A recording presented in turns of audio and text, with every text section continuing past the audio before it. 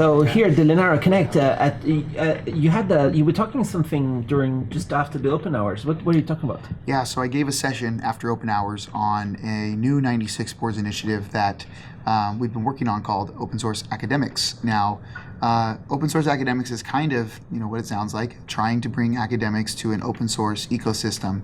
But the goal for us, at least one of our goals in particular, when you're thinking about industry and academics, in my personal experience, and it seems to be from the experience of people I've spoken with, is that there is somewhat of a disconnect. When you're in school and when you're working with the regular curriculum that you're usually on, especially in engineering, it seems that you're not always working on the technologies that you should be working on, for industry. And so the goal here is, at least from a 96 board standpoint, is to try and get the right technologies into the hands of the students. Now, I'm only talking about one facet of this, right? Because Open Source Academics does plan on tackling many other issues. But let's see if I can try to summarize these. Now, looking at this repository, or this org, I should say, it's github.com/OS Academics. You can see that we have 5 separate components. One component is the home component, and this basically is the landing page of the org. It allows you to branch out and experience all of the different other aspects of it. Now, you'll also find an executive summary, a roadmap, which is a little bit out of date right now, hopefully to be updated in the next quarter. But that is your place to get started. Now, let's kind of go up the list here. University. University was what I was kind of first talking about. How do we start to get the right technologies into the hands of the students and into the hands of the professors to create the right curriculum that's needed to gear these students up for actual work experience? Now, this is also to the benefit of industry. Now, if you think about it, a lot of money is spent and a lot of time is spent in ramp-up periods for new hires.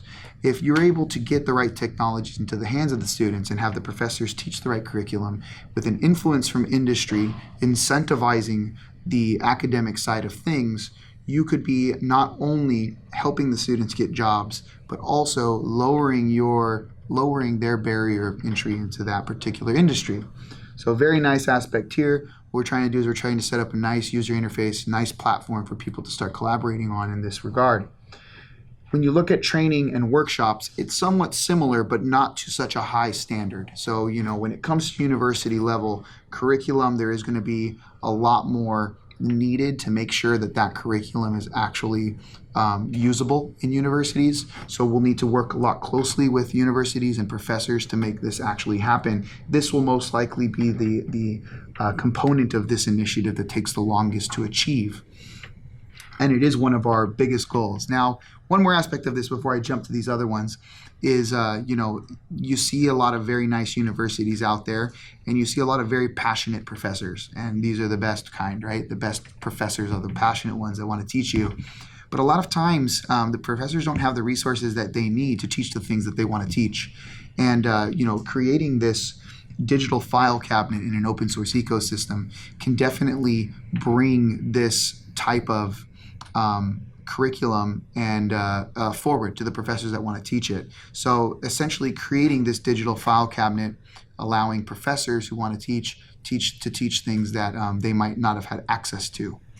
And if maybe they find something that was wrong with it, they could also contribute fixes, and then of course, just like the open source world works, grow a more robust curriculum, and that's also a good thing. Training and workshops, I'm not going to dive too much into that. These are a lot more easier to attain. You want to go teach something at a makerspace or a fab lab. You want to get involved in any sort of workshop, in-house training.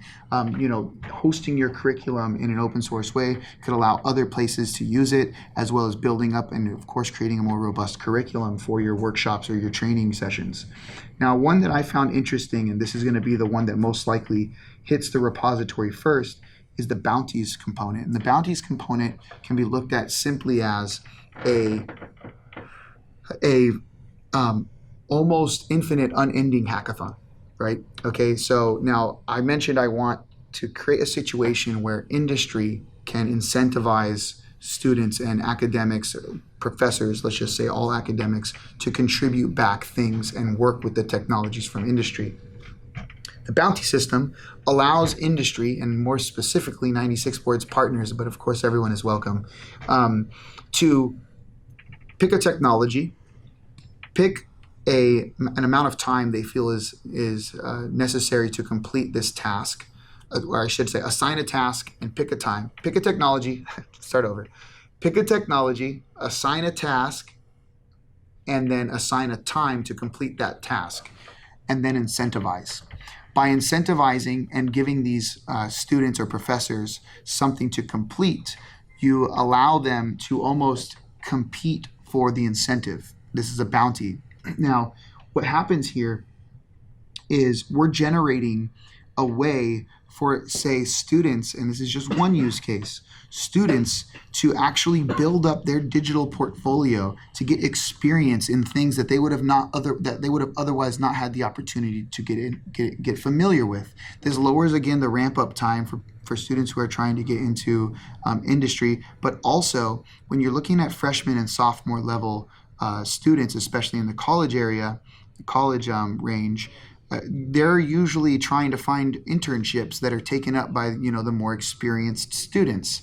And so instead of feeling down and out, turn to open source academics and find a way to contribute, find a way to build on a project, or help an industry partner out by completing one of their bounties and maybe cashing in on one of their incentives. So we're still working out the details on how the incentives will be divvied out, what kind of incentives they'll be. Could be something from getting your hand on the technology, getting a chance to just keep what you worked on. So like you delivered it, you delivered your code, you delivered your project, your videos, whatever it was that the industry was asking for. You learned a lot in doing so, and then you get to keep the technology you worked on. Very nice. Could be an interview.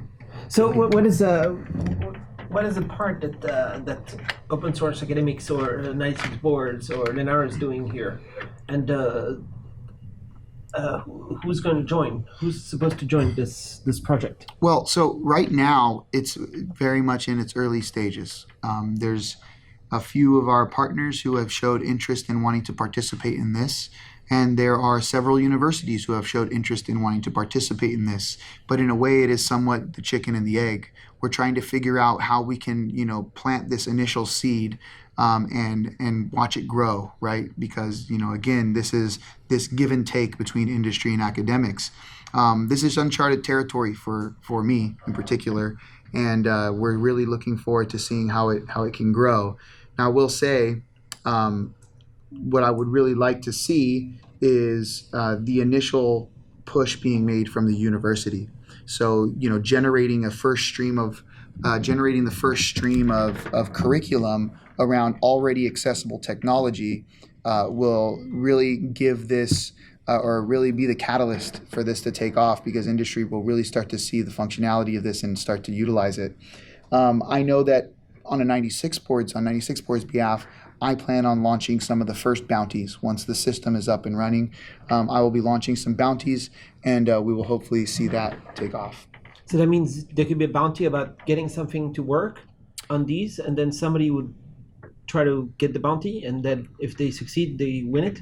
Yes, essentially that's basically that in a nutshell. That's it. Yeah. So you would be assigned there's criteria.